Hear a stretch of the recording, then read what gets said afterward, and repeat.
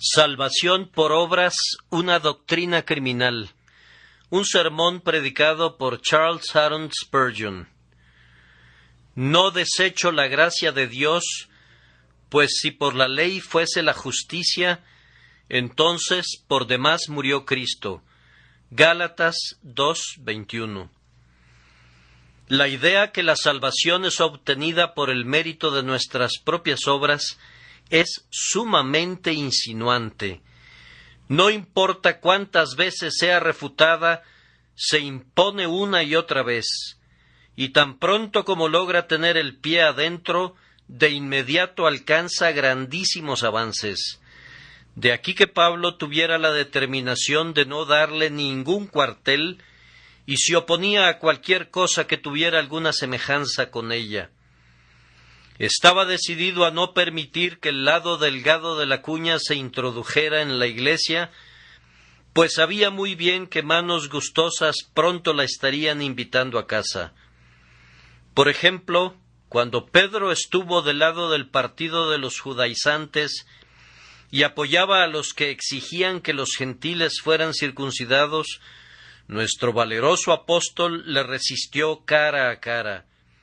Él luchó siempre por la salvación por gracia por medio de la fe y peleó tenazmente contra toda idea de justicia por la obediencia a los preceptos de la ley ceremonial o de la ley moral.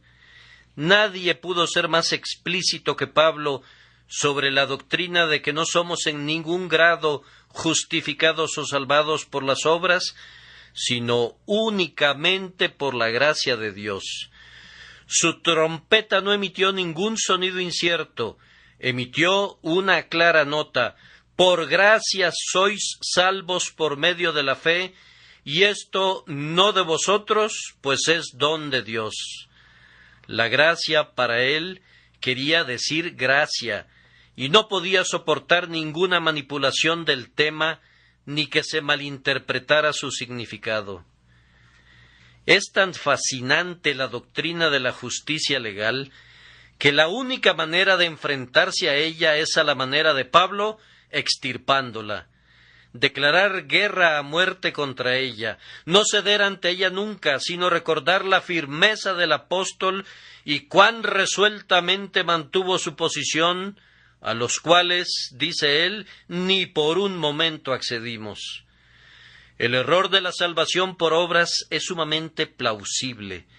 Ustedes oirán que constantemente se declara como una verdad evidente en sí misma y es vindicada debido a su supuesta utilidad práctica, mientras que la doctrina evangélica de la salvación por fe es vituperada y acusada de producir malignas consecuencias. Se afirma que si predicamos la salvación por medio de buenas obras, estaremos promoviendo la virtud, y así podría parecerlo en teoría, pero la historia demuestra mediante numerosos ejemplos que, de hecho, donde tal doctrina ha sido predicada, la virtud se ha tornado singularmente rara, y que en la medida que ha sido encomiado el mérito de las obras, la moralidad ha declinado. Por otro lado, allí donde la justificación por fe ha sido predicada, se han dado conversiones y ha brotado la pureza de vida, incluso en medio de los peores individuos. Quienes llevan vidas piadosas y llenas de gracia, están prestos a confesar que la causa de su celo por la santidad radica en su fe en Cristo Jesús. Pero, ¿dónde encontrarán a un hombre devoto y recto que se gloríe de sus buenas obras? La justicia propia es connatural a nuestra humanidad caída. De aquí que sea la esencia de todas las religiones falsas. Sin importar cuáles sean éstas, todas están de acuerdo en buscar la salvación por medio de nuestros propios actos. El que adora sus ídolos está dispuesto a torturar su cuerpo, a ayunar, a llevar a cabo largos peregrinajes y a hacer o soportar cualquier cosa para ameritar la salvación. La Iglesia romana exhibe continuamente ante los ojos de sus fervientes partidarios el premio que se alcanza por la abnegación, por la penitencia, por las oraciones, o por los sacramentos, o por otras realizaciones del hombre. Vayan donde quieran, y la religión natural del hombre caído es la salvación por sus propios méritos. Un viejo teólogo ha dicho muy bien que cada hombre nace siendo un hereje en este punto, y naturalmente gravita hacia esta herejía de una forma o de otra. La salvación por uno mismo, ya sea por méritos personales o por el arrepentimiento o por las propias resoluciones, es una esperanza innata de la naturaleza humana y es muy difícil de erradicar. Esta necesidad está ligada al corazón de cada niño, ¿y quién se la extirpará? Esta idea errónea surge parcialmente de la ignorancia, pues los hombres ignoran la ley de Dios y lo que la santidad realmente es. Si ellos supieran que un simple mal pensamiento quebranta la ley, y que una vez quebrantada la ley en cualquier punto es violada en su totalidad, estarían convencidos de inmediato que no puede haber justicia por la ley para aquellos que ya han ofendido en contra de la ley. También son unos grandes ignorantes en lo concerniente a ellos mismos, pues esas mismas personas que hablan de justicia propia como regla, son abiertamente acusables de culpa, y aunque no lo fuesen, si se sentaran y analizaran a fondo sus propias vidas, pronto percibirían que incluso en sus mejores obras hay mucha impureza previa de motivos, o gran orgullo y autoalabanza posteriores, y por tanto verían que todas sus realizaciones pierden el brillo y estarían totalmente avergonzadas de ellas. Y no es únicamente la ignorancia la que conduce a los hombres a la justicia propia, pues también son engañados por el orgullo. El hombre no puede soportar ser salvado con fundamento en la gracia. No le gusta declararse culpable y apoyarse en el favor del grandioso Rey. No puede tolerar ser tratado como un indigente, ni ser bendecido gracias a la caridad.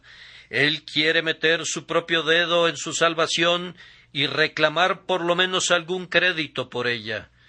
El orgulloso no aceptará el cielo con base en los términos de la gracia, pero en tanto que pueda, presentará un argumento u otro y se asirá a su propia justicia como si fuese su vida. Esta confianza en uno mismo también brota de una perversa incredulidad, pues debido a su arrogancia, el hombre no le cree a Dios. Nada es revelado más claramente en la Escritura que esto, que por las obras de la ley ningún hombre será justificado, y sin embargo las personas, de una forma u otra, se aferran a la esperanza de la justicia legal. Ellos suponen que deben prepararse para la gracia, o ayudar a la misericordia, o merecer en algún grado la vida eterna. Prefieren sus propios prejuicios aduladores a la declaración del Dios que escruta los corazones. El testimonio del Espíritu Santo concerniente a la falsedad del corazón es hecho a un lado, y la declaración de Dios que no hay quien haga lo bueno, que no hay ni aun uno, es negada rotundamente. ¿Acaso no es esto un grandísimo mal? La justicia propia es también muy promovida por el casi universal espíritu de frivolidad, muy difundido ahora. Sólo cuando los hombres se tratan con ligereza pueden abrigar la idea de méritos personales delante de Dios. El que empieza a pensar con seriedad y comienza a entender el carácter de Dios, delante de quien los cielos no son puros y los ángeles son acusados de desatino, repito, el que llega a pensar seriamente y contempla una visión verdadera de Dios, se aborrece en polvo y cenizas, y cualquier pensamiento de justificación propia es erradicado para siempre. Debido a que no examinamos seriamente nuestra condición, Nos consideramos ricos y con abundantes bienes. Un hombre podría concebir que está prosperando en los negocios y, sin embargo, podría estar retrocediendo en el mundo. Si no audita sus libros de contabilidad o no verifica sus inventarios, podría estar viviendo en el paraíso del necio, gastando con liberalidad cuando está al borde de la bancarrota. Muchos se tienen en un alto concepto porque nunca piensan seriamente. No revisan debajo de la superficie y por eso son engañados por las apariencias. El asunto más problemático para muchos hombres es el pensamiento.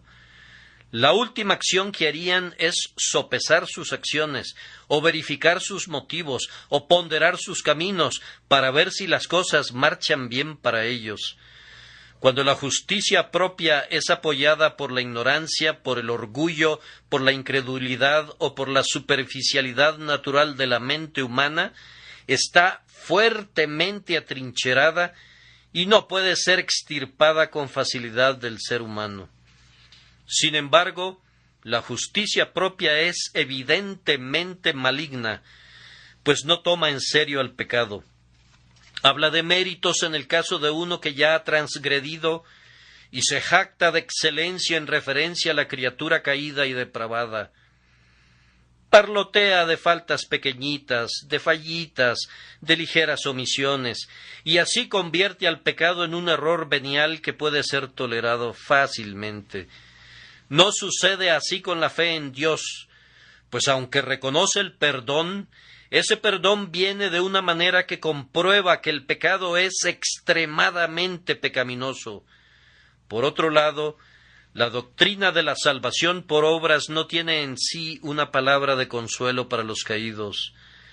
Le da al hijo mayor todo lo que su orgullo reclame, pero para el hijo pródigo no tiene una palabra de bienvenida.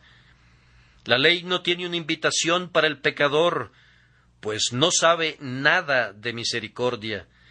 Si la salvación fuera por las obras de la ley, ¿qué sería de los culpables, de los caídos y de los abandonados? ¿Sobre cuáles esperanzas pueden ser llamados todos ellos para que regresen? Esta doctrina inmisericordia tranca la puerta de la esperanza y entrega a los perdidos al verdugo para que el orgulloso fariseo airee su propia justicia jactanciosa y le dé gracias a Dios por no ser como los demás hombres. El intenso egoísmo de esta doctrina la condena como algo maligno. Naturalmente exalta el ego. Si un hombre concibe que será salvado por sus propias obras, es porque se siente alguien y se gloría en la dignidad de la naturaleza humana. Cuando ha estado atento a los ejercicios religiosos, se frota sus manos y siente que merece el bien de parte de su Hacedor. Va a su casa a repetir oraciones y antes de quedarse dormido, se sorprende gratamente de cómo pudo haberse vuelto tan bueno y tan superior a los que lo rodean. Cuando sale fuera, se siente como si habitara aparte en una excelencia innata, una persona muy diferente al rebaño vulgar, un ser muy admirado cuando es conocido. Todo el tiempo se considera muy humilde y a menudo se queda sorprendido por su propia condescendencia. ¿Acaso no es este un espíritu aborrecible? Dios, que ve el corazón, abomina de él. Dios acepta al humilde y al quebrantado, pero echa fuera a los que se glorían. En verdad, hermanos míos, ¿en qué podemos gloriarnos? ¿Acaso cada jactancia no es una mentira? ¿Qué es todo este egotismo sino una pluma de pavo real, idónea únicamente para exhibirla en el sombrero del necio? Que Dios nos libre de exaltar el yo, y sin embargo, no podemos evitar hacerlo si sostenemos en algún grado la doctrina de la salvación por medio de nuestras propias obras. En este momento deseo disparar al propio corazón de esa doctrina destructora del alma, mostrándoles, en primer lugar, que dos grandes crímenes están contenidos en la idea de la justificación propia. Cuando haya presentado mi denuncia, me esforzaré además en demostrar que estos dos grandes crímenes son cometidos por muchos, y luego, en tercer lugar, será un deleite afirmar que el creyente verdadero no comete estos crímenes. Que Dios, el Espíritu Santo, nos ayude mientras meditamos acerca de este importante tema. Entonces, en primer lugar, la justicia propia contiene dos grandes crímenes. Estos graves crímenes y delitos desechan la gracia de Dios y hacen que Cristo muera en vano. El primer crimen es el de desechar la gracia de Dios. La palabra traducida como desechar quiere decir hacer nula, rechazar, rehusar, considerar innecesaria. Ahora, el que espera ser salvado por su justicia propia rechaza la gracia o favor inmerecido de Dios, considerándola inútil y en ese sentido la desecha. Primero, es muy claro que si la justicia viene por la ley, ya no se requiere de la gracia de Dios. Si podemos ser salvados por nuestros propios méritos, necesitamos justicia, pero en verdad no requerimos de misericordia. Si podemos guardar la ley y reclamar ser aceptados como un asunto de deuda, es claro que no necesitamos convertirnos en suplicantes ni implorar dinero. Allí donde se puede demostrar algún mérito, la gracia se vuelve una superfluidad. Un hombre que puede presentarse en la corte con un caso claro y un rostro decidido, no le pide misericordia al juez y se sentiría insultado si le fuera ofrecida. Denme justicia, diría, concédanme mis derechos, y los defiende como cualquier ciudadano valeroso lo haría. Únicamente cuando el hombre siente que la ley le condena, implora misericordia. Nadie soñó jamás en encomendar a un inocente a la misericordia. Digo, entonces, que el hombre que cree que por guardar la ley, o por practicar ceremonias, o por presenciar espectáculos religiosos, puede hacerse aceptable delante de Dios, muy decididamente hace a un lado la gracia de Dios como algo superfluo en lo que a él concierne. ¿No es claramente así? ¿Y acaso desechar la gracia de Dios no es un crimen flagrante? A continuación, convierte la gracia de Dios al menos en algo secundario, lo cual es únicamente un grado menor del mismo error. Muchos piensan que debe ameritar tanto como puedan por sus propios esfuerzos, y luego la gracia de Dios compensará la diferencia. La teoría parece ser que debemos guardar la ley lo más que podamos, y esta obediencia imperfecta será una buena proporción, un tipo de componente, digamos, un chelín en una libra esterlina, o 15 chelines en una libra esterlina, de conformidad a cómo juzgue el hombre su propia excelencia. Y entonces, lo que se requiera por encima de nuestro dinero ganado duramente, la gracia de Dios lo suplirá. En breve, el plan es que todo hombre sea su propio Salvador, y Jesucristo y su gracia compensen nuestras deficiencias. Ya sea que el hombre lo vea o no, esta mezcolanza de ley y gracia es muy deshonrosa para la salvación de Jesucristo. Convierte la obra del Salvador en algo incompleto, aunque en la cruz Él haya clamado, consumado es. Sí, incluso la considera como completamente ineficaz, puesto que parecería que no sirve de nada mientras no se le agreguen las obras del hombre. De acuerdo a este concepto, somos redimidos tanto por nuestras acciones como por el precio del rescate de la sangre de Jesús, y el hombre y Cristo participan ambos en la obra y en la gloria. Esta es una intensa forma de traición arrogante en contra de la majestad de la misericordia divina, un crimen capital que condenará a todos los que continúen en él. Que Dios nos libre de insultar así el trono de la gracia al pretender traer un precio de compra en nuestra mano, como si nosotros pudiésemos merecer los dones incomparables del amor. Más que eso, el que confía en sí mismo, en sus sentimientos, en sus obras, en sus oraciones, o en cualquier otra cosa excepto la gracia de Dios, virtualmente renuncia a confiar en la gracia de Dios por completo. Pues sepan ustedes que la gracia de Dios no compartirá nunca la obra con el mérito del hombre. Así como el aceite no combina con el agua, tampoco se mezclarán el mérito humano y la misericordia celestial. El apóstol dice en la epístola a los Romanos: y si por gracia, ya no es por obras. De otra manera la gracia ya no es gracia. Y si por obras, ya no es gracia. De otra manera la obra ya no es obra. Deben alcanzar la salvación ya sea porque la merecen en su totalidad o porque Dios la otorga gratuitamente en su totalidad, aunque no la merezcan. Deben recibir la salvación de la mano del Señor, ya sea como una deuda o como una caridad. No puede haber una fusión de las ideas. Una combinación de los dos principios de la ley y de la gracia es completamente imposible. La confianza en nuestras propias obras, en cualquier medida, nos impide efectivamente toda esperanza de salvación por gracia, y así desecha la gracia de Dios.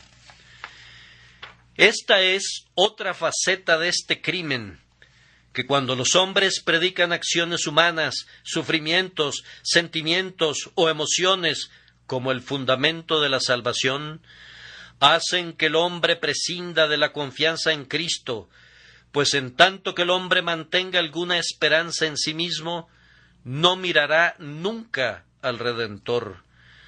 Podríamos predicar eternamente, pero mientras permanezca latente en el pecho la esperanza que él puede eficazmente limpiarse de pecado y ganar el favor de Dios por medio de sus buenas obras, ese hombre no aceptará nunca la proclamación del perdón gratuito por medio de la sangre de Cristo.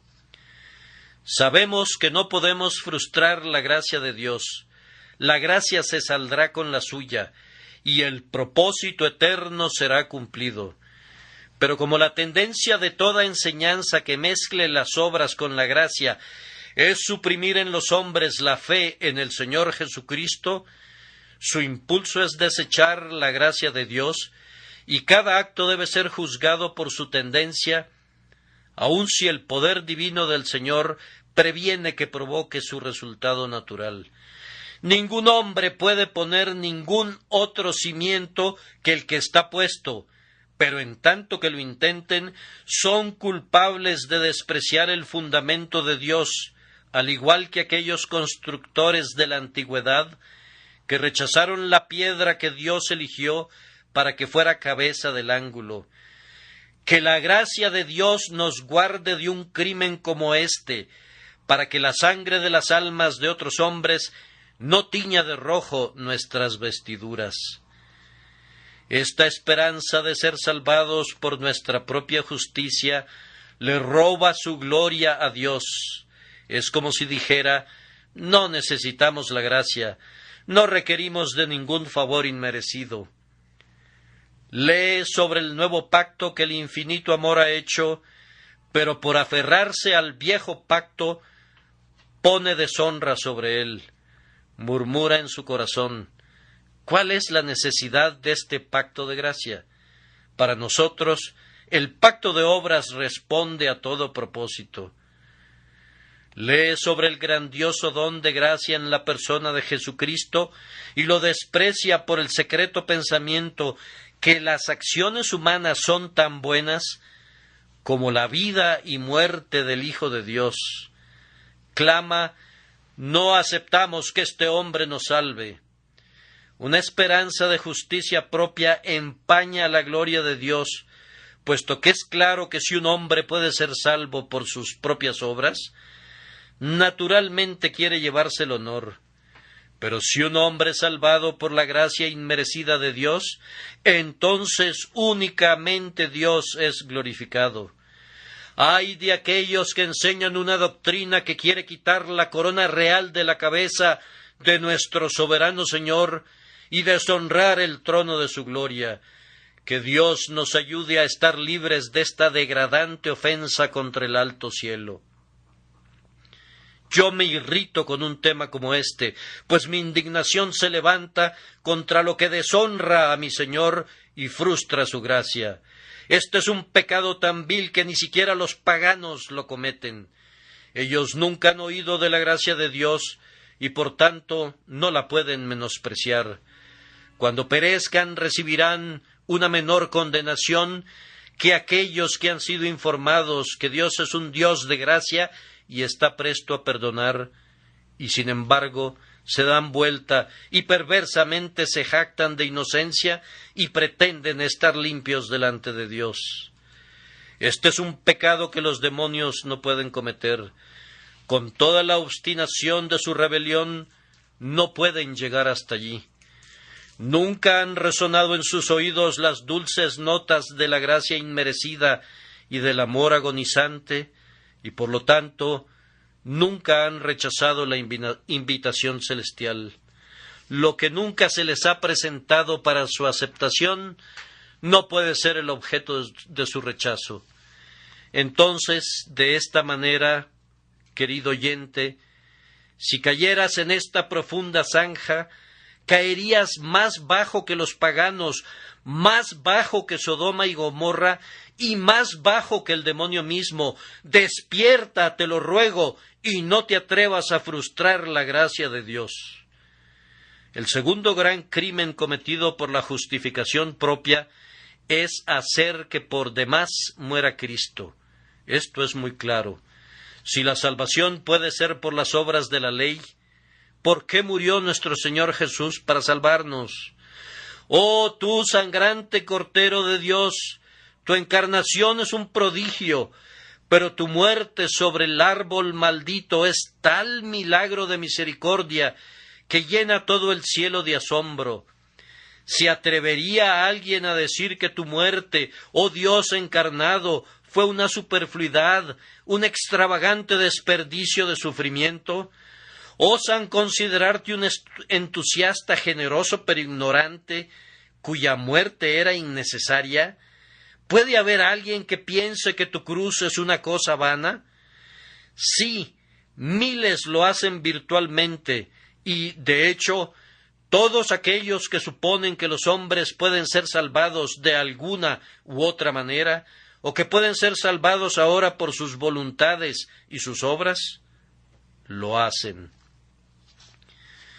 Aquellos que dicen que la muerte de Cristo cumple sólo una parte del cometido, pero que el hombre debe hacer el complemento para meritar la vida eterna, estos, afirmo yo, hacen que la muerte de Cristo sea únicamente parcialmente eficaz y, en términos todavía más claros, ineficaz en sí y por sí.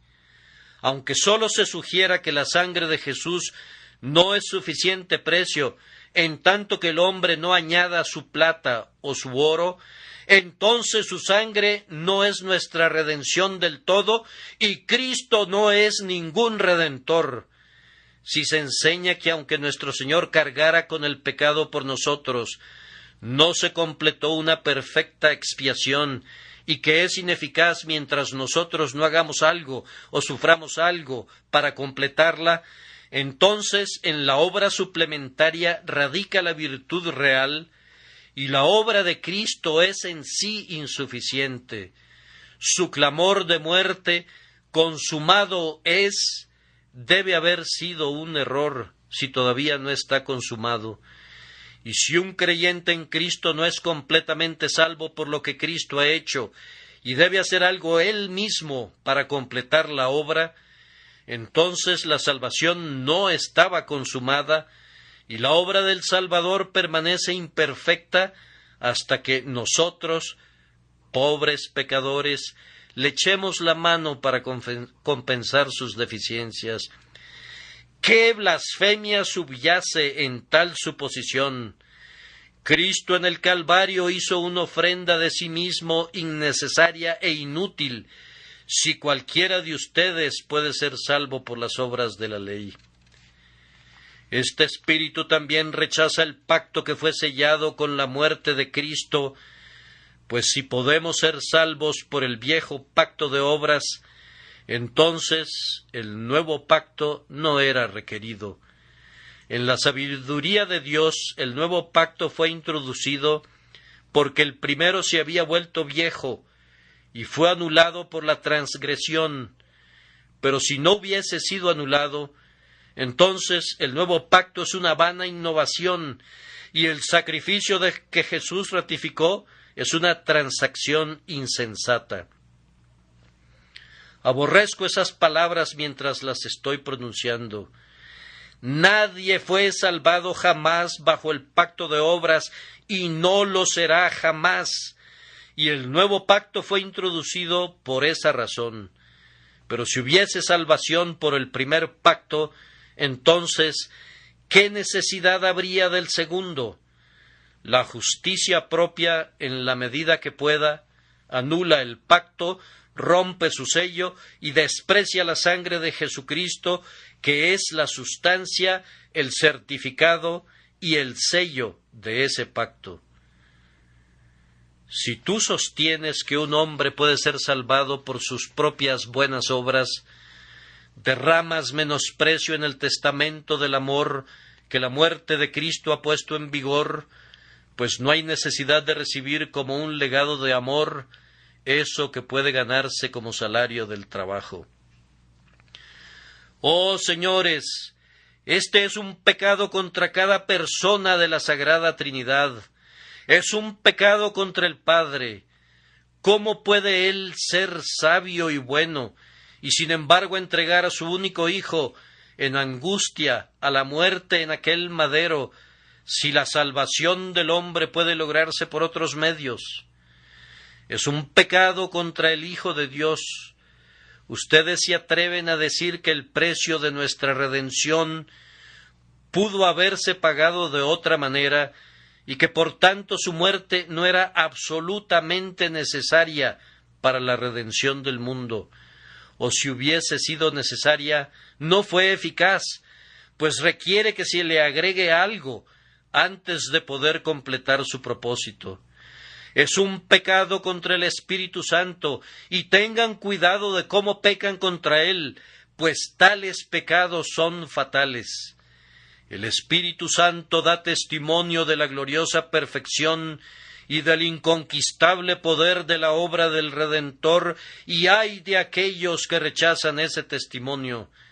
Él ha venido al mundo con el propósito de convencer a los hombres del pecado de no creer en Cristo Jesús. Y por eso, si pensamos que podemos ser salvos fuera de Cristo, estamos despreciando el espíritu de su gracia. La doctrina de la salvación por obras es un pecado contra todos los caídos hijos de Adán, pues si los hombres no pueden ser salvos excepto por sus propias obras, ¿qué esperanza le queda a cualquier transgresor?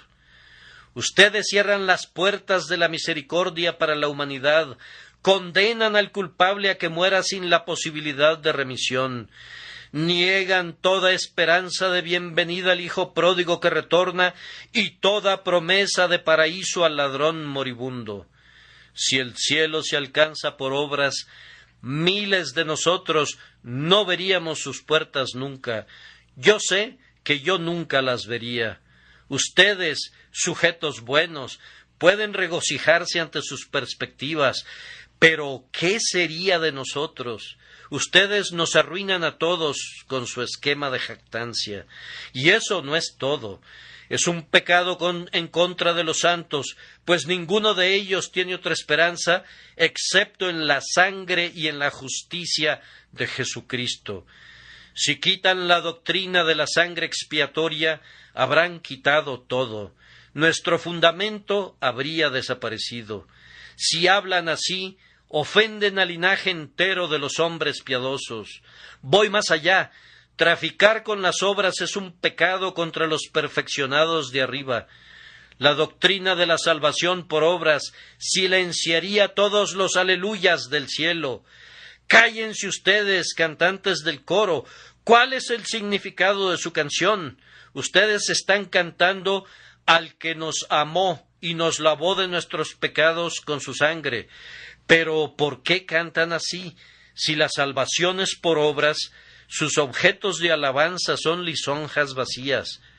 Ustedes deberían cantar más bien a nosotros que guardamos nuestras vestiduras limpias, a nosotros sea la gloria por los siglos de los siglos, o al menos a nosotros cuyos actos convirtieron en eficaz la obra del Redentor, sea una buena parte de la alabanza.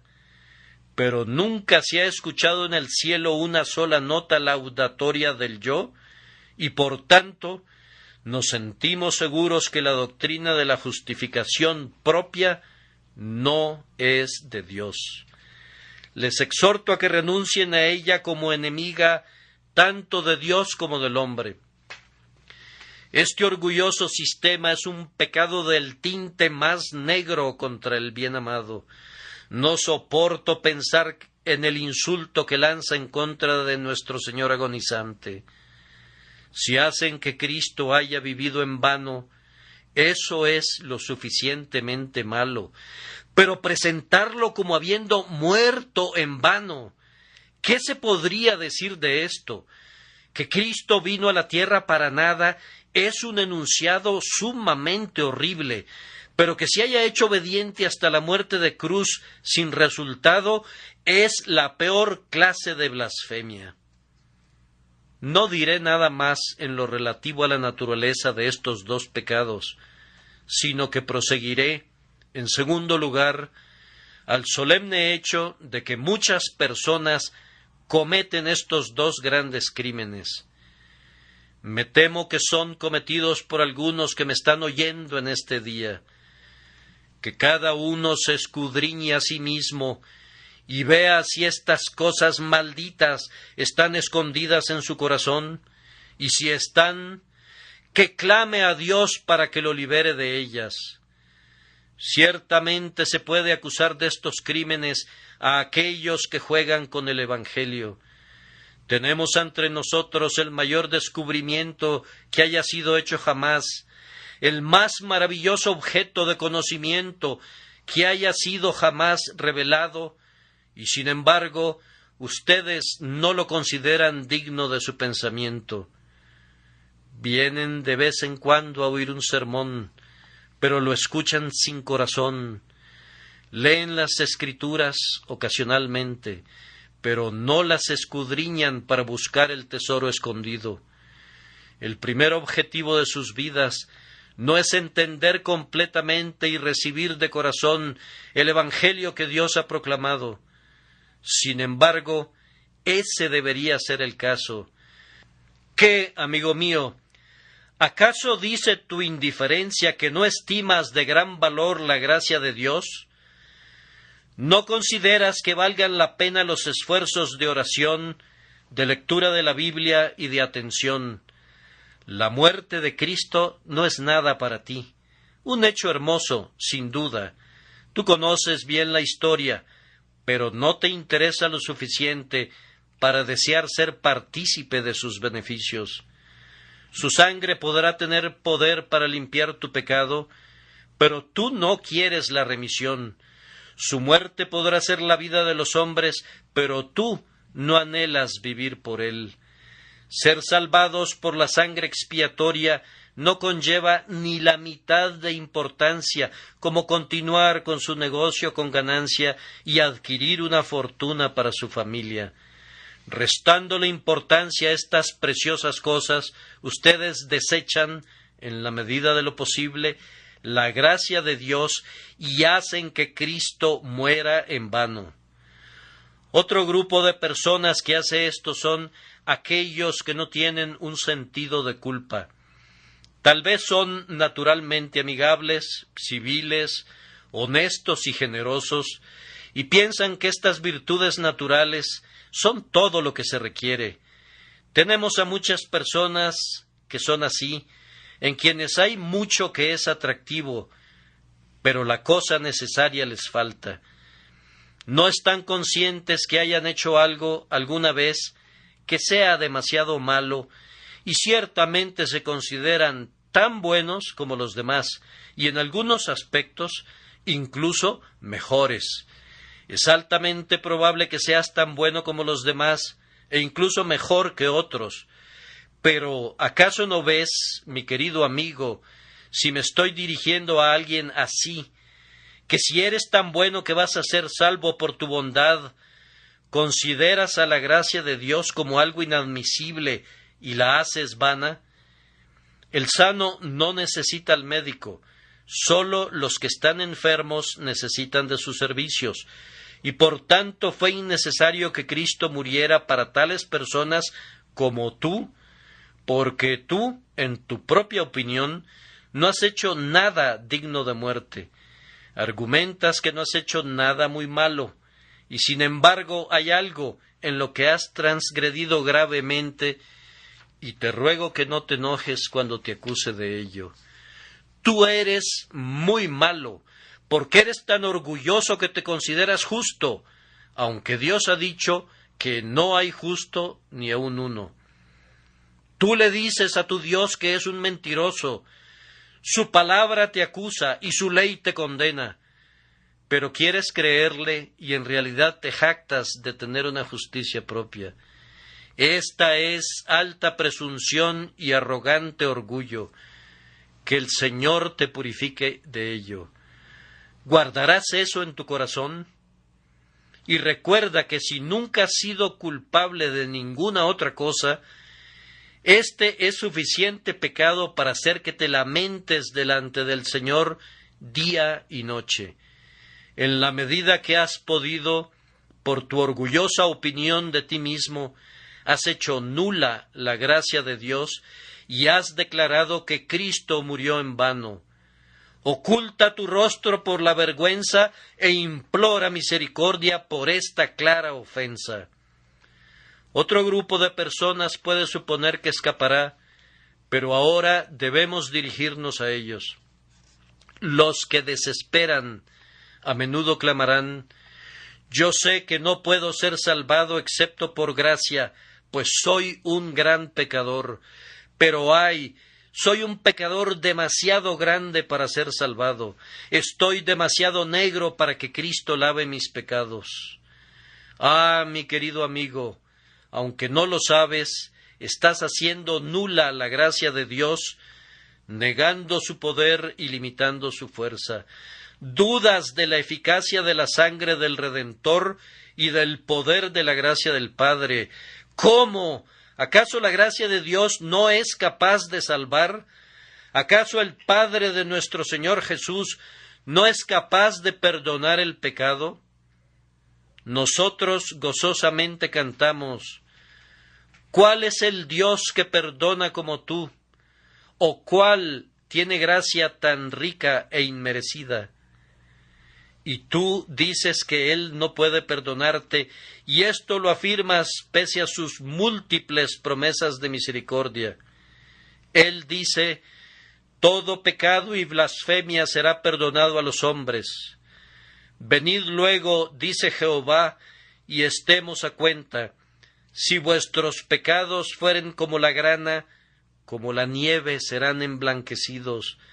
Si fueren rojos como el carmesí, vendrán a ser como blanca lana. Tú dices que esto no es verdad. Así frustras la gracia de Dios y estableces que Cristo murió en vano, al menos para ti, pues afirmas que Él no te puede limpiar. Oh, no digas eso, que tu incredulidad no haga a Dios mentiroso. Oh, cree que Él es capaz de salvarte incluso a ti y hacerlo inmerecidamente, en este preciso instante, quitar todo tu pecado y aceptarte en Cristo Jesús. Cuídate del desaliento, pues si tú no confías en Él, harás que su gracia sea nula. Y aquellos que hacen del Evangelio una miscelánea, yo pienso, cometen en gran medida este pecado. Quiero decir esto: cuando predicamos el Evangelio, únicamente tenemos que decir: pecadores, ustedes son culpables, nunca podrán ser ninguna otra cosa excepto culpables en y por ustedes. Si ese pecado de ustedes es perdonado, debe ser por medio de un acto de la gracia soberana y no por causa de algo en ustedes o que pueda ser realizado por ustedes. La gracia les es dada porque Jesús murió y por ninguna otra razón. Y por la vía por la que pueden tener la gracia es simplemente confiando en Cristo. Por la fe en Jesucristo obtendrán pleno perdón. Esto es el puro Evangelio. El hombre se vuelve y pregunta: ¿por qué tengo derecho a creer en Cristo? Si yo le respondiera que tiene derecho de creer en Cristo porque siente internamente la obra de la ley, o porque tiene deseos santos, estaría confundiendo el asunto. Habría introducido algo del hombre en el tema y habría estropeado la gloria de la gracia. Mi respuesta es: hermano, tu derecho de creer en Cristo no radica en lo que eres o en lo que sientes, sino en el mandamiento de Dios que creas y en la promesa de Dios que es hecha a toda criatura bajo el cielo, que el que crea en Jesucristo será salvo. Esta es nuestra comisión: id por todo el mundo y predicad el Evangelio a toda criatura. El que creyere y fuere bautizado será salvo.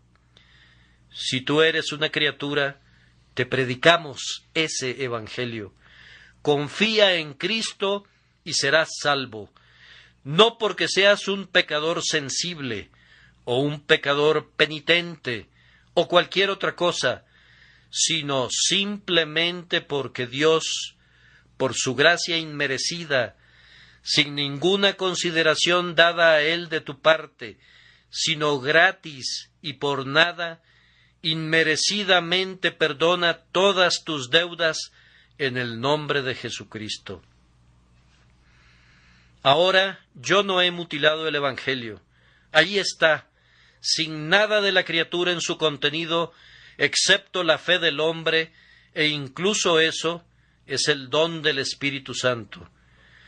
Aquellos que mezclan sus condicionantes, sí y pero, e insisten en que debes hacer esto y sentir eso antes de que puedas aceptar a Cristo, desechan la gracia de Dios en alguna medida y lesionan al Evangelio glorioso del Dios bendito. Y también cometen ese pecado los que apostatan. Les estoy hablando ahora a algunos que alguna vez profesaron la religión, que alguna vez dijeron la oración en medio de la congregación, que una vez caminaron como santos, pero que han regresado a sus viejos pasos, quebrantando el día de reposo, abandonando la casa de Dios y viviendo en el pecado. Tú, amigo mío, por el derrotero de tu vida dices: yo tuve la gracia de Dios, pero no me importa, no vale nada, la he rechazado, he renunciado a ella, la he anulado, he regresado al mundo. Actúas como diciendo: una vez confié en Jesucristo, pero Él no es digno de mi confianza. Le has negado, has vendido a tu Dios y Señor. No voy a preguntarte si en realidad fuiste sincero alguna vez, aunque yo creo que nunca lo fuiste, pero ese es el caso según tu propia demostración. Ten mucho cuidado para que estos dos terribles crímenes no descansen sobre ti, que no deseches la gracia de Dios, ni hagas que Cristo muera en vano. En mi tercer punto, voy a llevar conmigo las profundas convicciones y las gozosas confianzas de todos los verdaderos creyentes. Es que ningún creyente verdadero será culpable de estos crímenes. En su alma misma él desprecia estos pecados infames. Primero que nada, ningún creyente en Cristo puede soportar pensar en desechar la gracia de Dios o en volverla nula. Vamos, ahora, corazones honestos, les hablo a ustedes. ¿Confían únicamente en la gracia o en alguna medida se apoyan en ustedes mismos? Aunque sea en un mínimo grado, dependen de sus propios sentimientos, de su propia fidelidad, de su propio arrepentimiento. Yo sé que aborrecen su simple pensamiento. No tienen ni siquiera la sombra de una esperanza, ni la semblanza de una confianza en algo que hayan sido alguna vez, o que puedan ser alguna vez, o que esperan ser alguna vez. Ustedes arrojan lejos esto como si fuese un harapo inmundo lleno de contagio, que quisieran tirar fuera del universo, si pudieran. Yo en verdad declaro que aunque he predicado el Evangelio con todo mi corazón, y me glorío en él, sin embargo, desecharía mis predicaciones como escoria y estiércol, si pensara en ellas como un fundamento de confianza. Y aunque he traído muchas almas a Cristo, bendito sea su nombre, no me atrevo nunca, ni por un momento, a poner la más ligera confianza en ese hecho como base de mi propia salvación, pues yo sé que yo, después de haber predicado a otros, puedo todavía ser arrojado fuera. No puedo apoyarme en un ministerio exitoso o en una iglesia edificada, sino que descanso únicamente en mi Redentor. Lo que digo de mí mismo, yo sé que cada uno de ustedes lo dirá de sí mismo. Sus limosnas, sus oraciones, sus lágrimas, su persecución dolorosa, sus donativos para la iglesia, su sincero trabajo en la escuela dominical o en cualquier otro lado. ¿Alguna vez pensaron en ponerlo lado a lado con la sangre de Cristo como su esperanza? No, nunca soñaron con hacerlo. Estoy seguro que nunca lo hicieron y su simple mención es totalmente digna de desprecio para ustedes, ¿no es cierto? La gracia es su única esperanza. Es más, no solamente han renunciado a toda confianza en las obras, sino que renuncian a ella en este día más sentidamente de lo que lo hayan hecho jamás. Entre más viejos sean y entre más santos se vean, menos pensarán en confiar en ustedes mismos. Entre más crezcamos en la gracia, más creceremos en el amor de la gracia. Entre más escudriñemos en nuestros corazones y entre más conozcamos de la santa ley de Dios, más profundo será nuestro sentido de indignidad y por consiguiente más elevado nuestro deleite en la misericordia inmerecida, gratuita, rica, en el don inmerecido del real corazón de Dios. Dime, ¿no salta tu corazón dentro de ti cuando oyes las doctrinas de la gracia? Yo sé que hay algunas personas que jamás se sintieron pecadoras, que respingan como si estuvieran sentadas sobre espinas cuando estoy predicando de la gracia y nada más que la gracia. Pero no sucede así con los que se apoyan en Cristo. Oh, no, dirás, toca esa campana otra vez, amigo, toca esa campana de nuevo. No hay música semejante a ella. Toca esa cuerda otra vez porque es nuestra nota favorita. Cuando te decaes y deprimes, ¿Qué tipo de libro te gusta leer? ¿No es acaso un libro acerca de la gracia de Dios? ¿Qué pasajes buscas en las Escrituras?